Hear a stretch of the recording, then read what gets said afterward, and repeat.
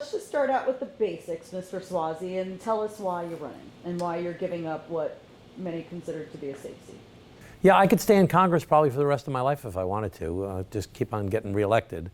But I think that my party is really not in touch with the people. It's going too far to the left. I think that our state is in major trouble. We have more net out-migration than any state in the United States of America.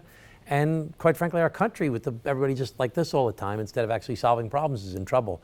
And everything I've done in my life has prepared me for this particular job at this particular time. So I'm giving up Congress, which is a great honor and a great responsibility, to try and address these very real problems. And, where do you see your path to victory, right? Because if you look at the polls, you look at the fundraising, it's a little lopsided. So how do you see this as a viable victory? My polling shows that if people hear my message, I win. People are concerned about taxes, they're concerned about crime, and they're concerned about their schools. Those are my messages. I'm very clear about this. I'm a proven executive who's a common sense Democrat. I'm not going to pander to the left. I'm not going to back down to the right. I'll work with anybody to get the job done. And I'm focused on crime, taxes, and troubled schools. That's what people want. At least in the battlegrounds that are Westchester and Long Island, most people consider to be the kingmakers that will decide the winner of this race. The big issue, obviously, I don't have to tell you, is cash bail. And the governor just released her sweeping public safety plan. Does it go far enough? Yeah, it's not the reform. Let's be very clear. It's not a sweeping public safety plan. It's a stunt. She released it a few days before the budget was due. She hasn't even spoken about it publicly with people. It does nothing. It does not give judges the discretion to look at dangerousness of people who come before them, and it doesn't address all the different problems that are causing this crime crisis we're having right now. Listen, I've been a chief executive, I was a mayor, I was a county executive. When you have a crime crisis where people are freaking out in New York City, they're afraid to take the subway, people are afraid to take the train into Grand Central, into Penn Station, you have to bring everybody on board and develop a comprehensive plan to address this problem. It can't be a press release 10 days before the budget and say, this is like my political fix. That's all this is. This is not just me saying this. This is the mayor of New York City saying it. This is the police commissioner of New York City. This is the chief judge of the court saying this. Every expert knows that we must address this crime crisis by giving judges the discretion to consider dangerousness, as well as a whole host of other things. Intervention and prevention.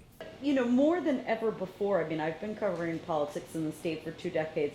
I can't ever remember there being such an internal schism and a tug of war between the progressives and the moderates.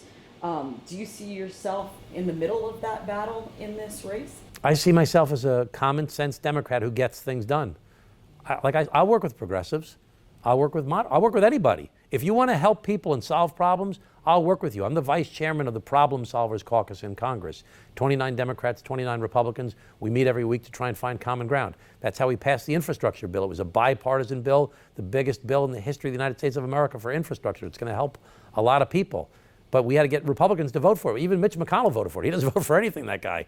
So I'll work with anybody to help people. I'm not going to put you in a box and don't put me in a box. Let's work together to actually solve problems and help people. That's what I've been doing my whole career in public life, and that's what I'll continue to do. Other than cash bail, what are your pet issues? What are you most passionate about that you'd like to tackle if you won the seat? I want to address crime overall, both with intervention and prevention.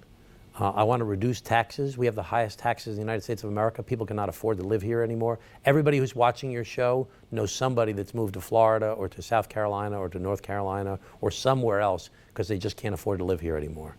And I want to help kids in troubled schools. Too many kids have been left behind for generations, and we need to give them help at a young age. It's not about more money. We don't have more money. We already have the highest taxes in the United States of America. We need to change the mindset of all of our health and human service programs and bring them into our schools. Desmond Tutu used to say, we spent a lifetime pulling people out of the river. We need to go upstream and stop them from falling in the river in the first place. We have to help these kids at a young age, because if we don't help them at a young age, that's where crime comes from, that's where poverty comes from, that's where homelessness comes from, that's where other societal dysfunction comes from.